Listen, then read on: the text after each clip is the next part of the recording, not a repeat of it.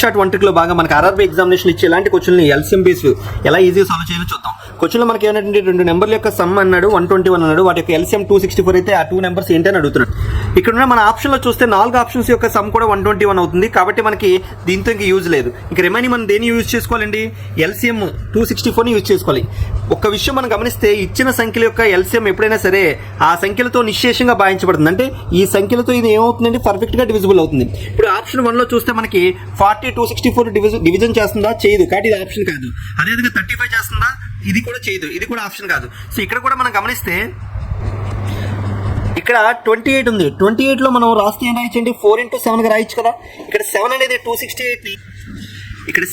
264 ని డివైడ్ చేయదు. కాబట్టి మనకి స్పష్టంగా ఆప్షన్ సి అనేది మన ఆన్సర్ అవుతుంది. ఈ విధంగా మనం ఆప్షన్స్ బట్టి ఇలాంటి ప్రాబ్లమ్స్ ని ఈజీగా సాల్వ్ చేయొచ్చు.